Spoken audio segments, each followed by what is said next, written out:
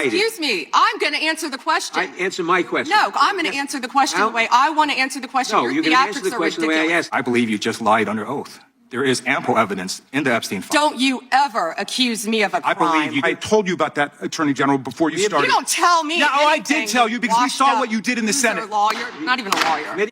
Once asked why the Biden administration didn't look those survivors in the face, even one time, and don't roll your eyes, because we don't just erase that. We're not going to play whataboutism over the Epstein files. It is a whataboutism. The person in charge right now is Pam Bondi and the Trump administration. Nothing. 4 and years. They should be investigating. And if you want to talk about things that I think Merrick Garland should investigate, you don't want to get me. You just watched the Attorney General of the United States meltdown when asked basic questions about the Epstein files.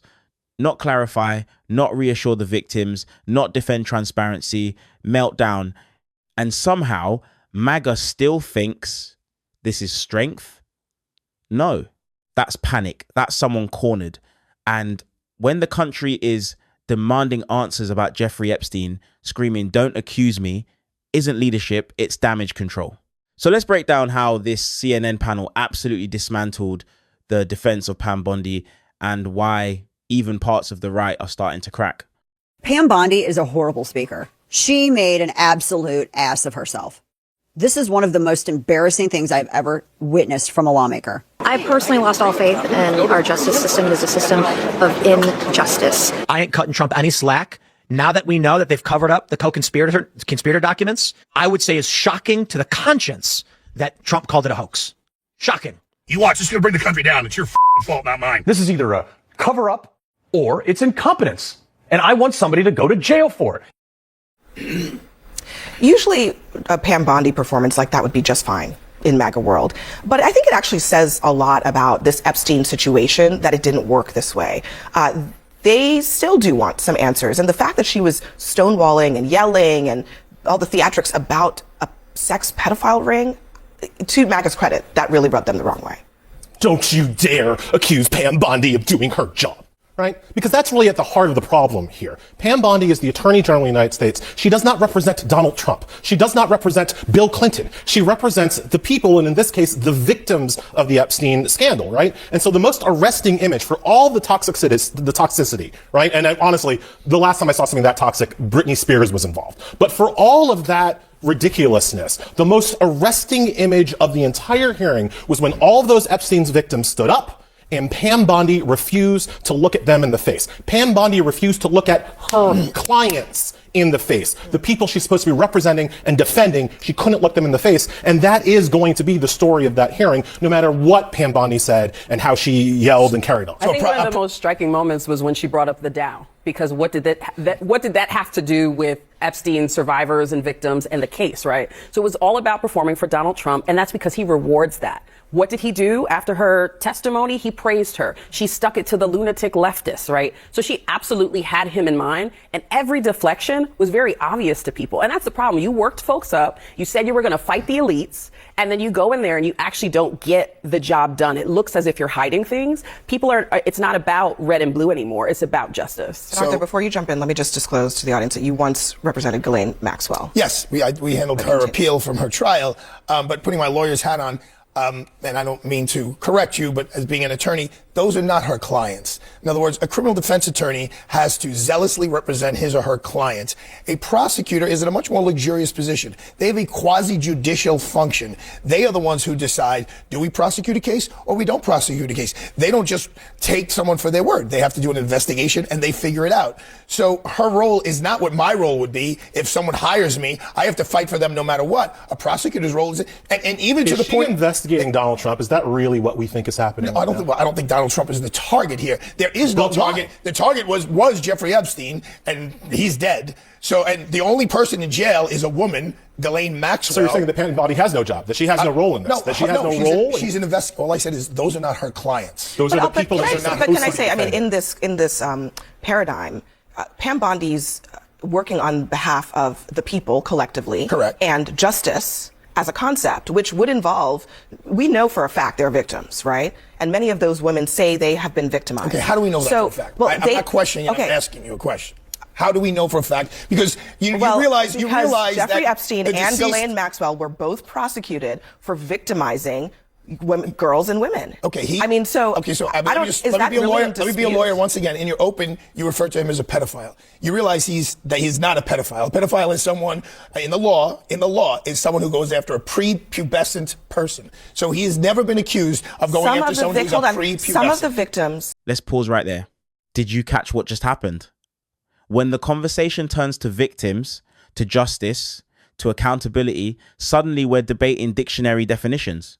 Suddenly it's, well, technically, well, legally, well, actually, that's not accidental. That's a strategy. When you can't defend the behavior, you redefine the language. And this is the bigger problem. Pam Bondi isn't just any lawyer. She's the Attorney General. She doesn't work for Donald Trump. She works for the American people. That includes the victims sitting in that room.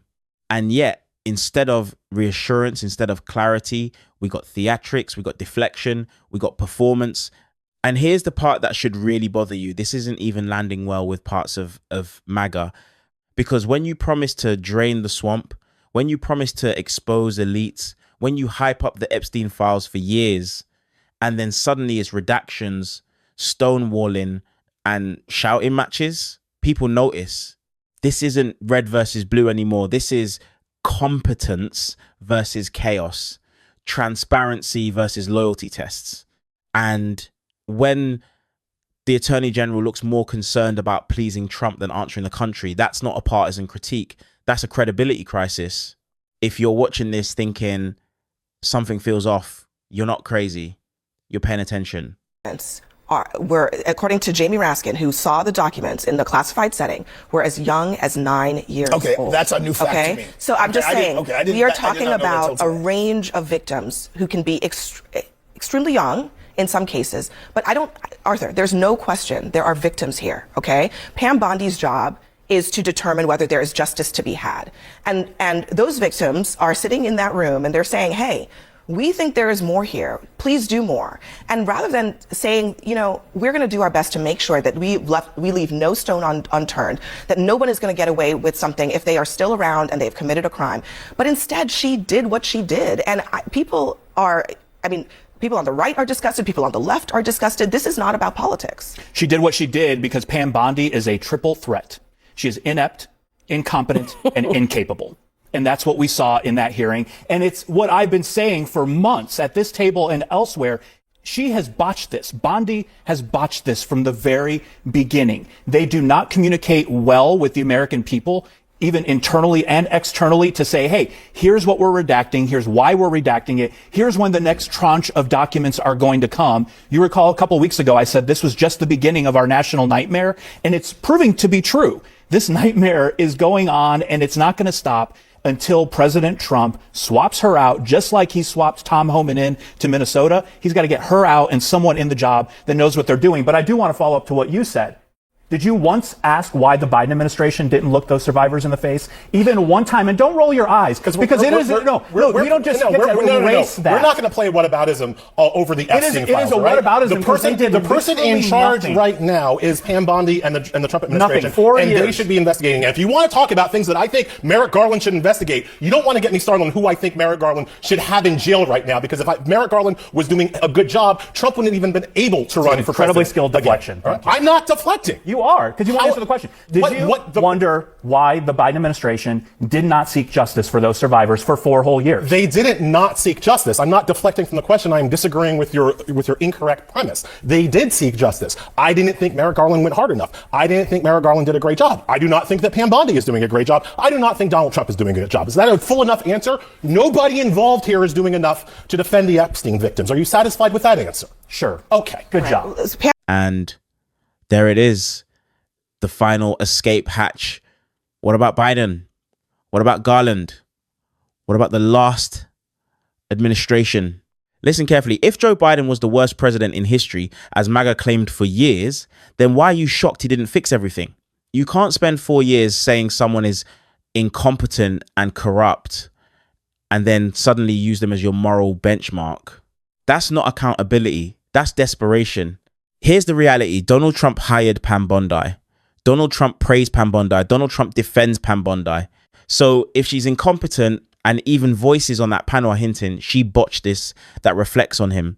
Leadership is ownership. You don't get to take credit for loyalty and then dodge responsibility for failure.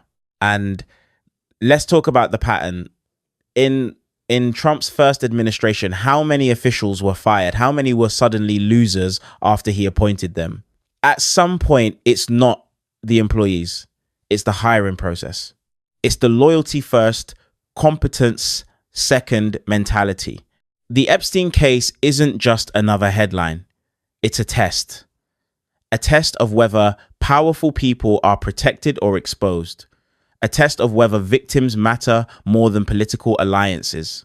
And when the Attorney General refuses to even look victims in the eye, that image sticks. That becomes the story. This isn't about scoring cable news points. This is about trust.